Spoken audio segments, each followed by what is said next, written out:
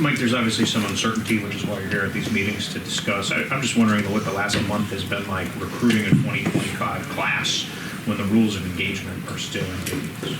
Yeah, I don't know. Until they officially change things, it's hard to do a lot with it. You just have this swirling unknown. And I think everybody's aware that by the time the 2025 class gets to campus, the landscape's going to look different. But until you have any idea what that different actually means, it's hard to have much conversation. And I don't think it really is coming up a lot from the kids, to be honest with you. I don't know that anybody has a clear picture or even an idea of what's coming on the horizon. And so I think from this perspective, it's been pretty quiet.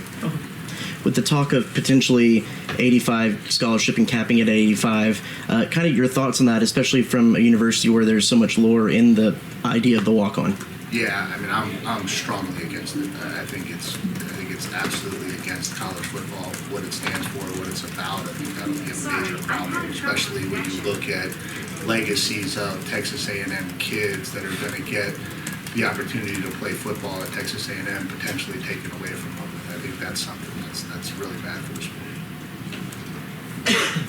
When Sark was in here, he mentioned that for Texas, one of the exciting things about coming into the SEC was renewing some old rivalries, and particularly mentioned Tulane A&M. I imagine that would be us. Yeah. From your perspective, your thoughts on the renewal of that rivalry this year? Yeah, I mean, we should play them. That's just when you have two programs like that in the same state within 2 hours of each other, those two teams should play. And they should play every year. It should mean an awful lot, and it does, and it will.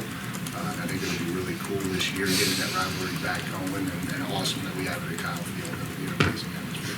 Mike, what do you remember about facing his offenses when he was at Alabama? He talked about your defenses at A&M at that time. They were really talented. I remember that. He was there at a time when they had a lot of really talented players. He obviously does a great job schematically. I think you've seen that over the years with him. And a lot of respect for the job he does on offense. And he's always done a really good job of finding ways to create explosives for his players and put them in great situations. And so, that would be a big challenge for sure.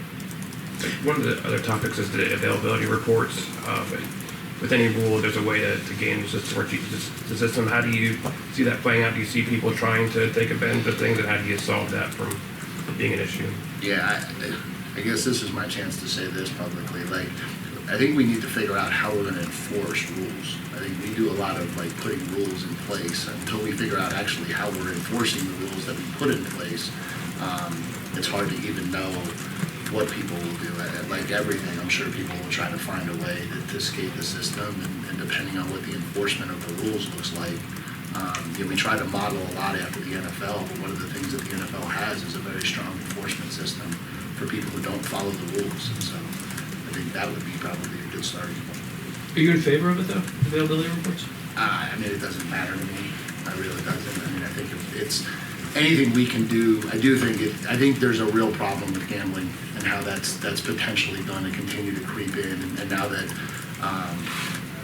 our players are dealing with having money at a much younger age and having to deal with all of the ins and outs that come along with that, I think anything that we can do to protect them from some of the pitfalls that come, and gambling certainly being one of them, if it's something that really helps, I certainly would be all for it. Mike, when you took over Texas A&M, was there ever a chance that Riley Leonard would come along with you? No, I don't think so. I think, obviously, listen, I got a ton of respect for Riley. I would love to have been able to bring him wherever I went. He's obviously a main reason why I'm at Texas A&M, which I think is what makes that first game really unique. But I think very quickly when we did a roster dive, we realized we had Connor Weedman, and he was a kid that we had recruited when I was there and certainly had a lot of familiarity with. And he was kind of the guy at Texas A&M, and so I just think it made it a bad fit really quick. And so, not to be disrespectful to Riley or anything, I just think we had our guy in Connor, and that's the guy we went. Another one of your former players, Graham Barton, was drafted in the first round a couple weeks ago. What made him so special for you all to do? Yeah, I mean, first of all, just the intangibles. I mean, I think his work ethic, his ability and desire to get better, where he was when we took that program over, and just watching him become what he became by the end, I think was really impressive and amazing. And then I think he's got such versatility across the offensive line, right? His ability to play multiple positions. And I think when you talk about an NFL offensive line where they have 7, maybe 8 guys dressed, he's a rare one who can play literally every position across the front. And so I think when you put it all together, I think there's a tremendous value for people for sure. I know we've hit a few of the highlights, but what are some of the conversations you're hoping to have this week in your first run here? I don't have many goals for conversations. I just hope it goes smooth. Manny Diaz has been very complimentary of you and the foundation that you've had in place at Duke, and he said it's been so much easier to build off of that since he's been there.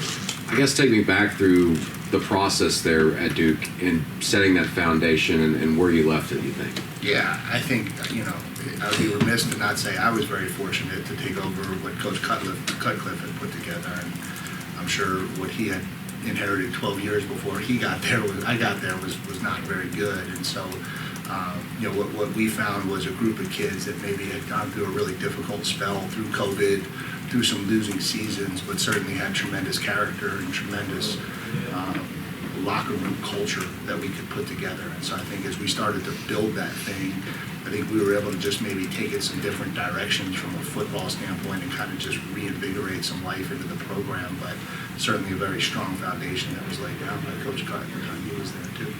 Along those lines, what kind of foundation did you inherit at Texas A&M?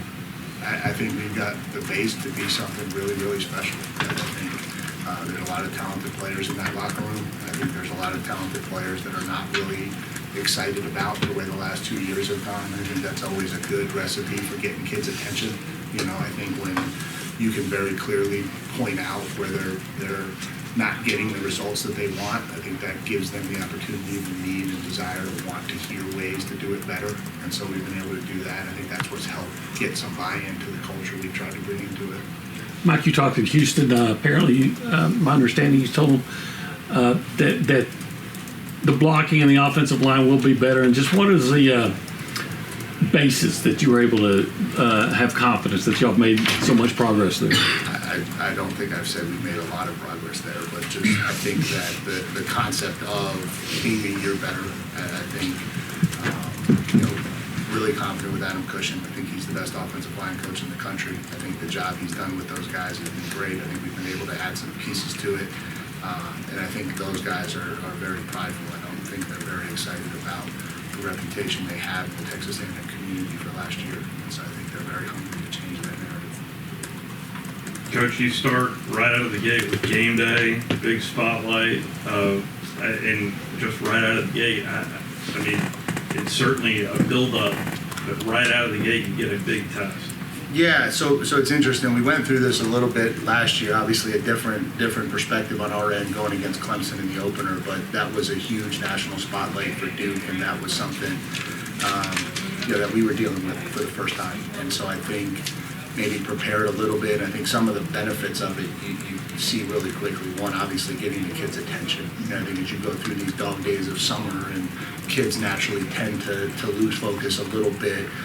When you have a big matchup like that in your opener and you've got a spot like that in your opener, it's really easy to draw them back and get them kind of locked into what you need to get done. And so I think it helps from that perspective. I think it helps with your preparation in camp. I think the kids are really excited for what's coming. I think they know they can't waste days, as opposed to I've been the other way where the big game is week 3 or week 4 and maybe they know they've got a little bit of a lead into the season. It's a little bit harder to keep them focused at the level you always want to. And so there's some benefits to it. Is there any thought, maybe preparation scheme-wise, because there is an expanded playoff, does it change how you attack? I know you want to win every game. Everybody wants to win every game.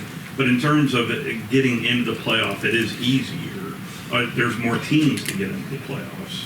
Scheme-wise, Coach, does that change anything from how many guys you're playing?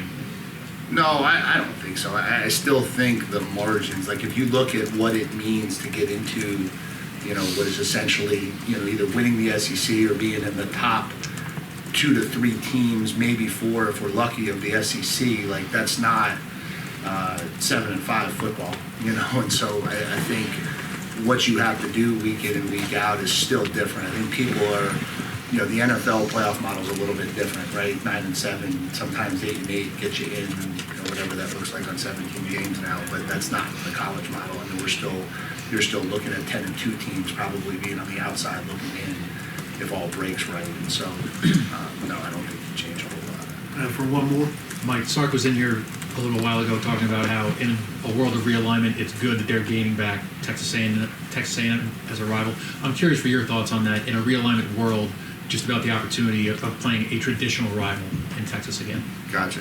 Similar to what I said earlier when that same question was asked, but I was late, I'm sorry. That's okay. Yeah, just excited that they're back in the league. I think when you have two big brands like that in the state of Texas, it's great for the two of them to play. I think that's a game that means an awful lot to our fan base and their fan base, and so I think it'll be a pretty good opportunity.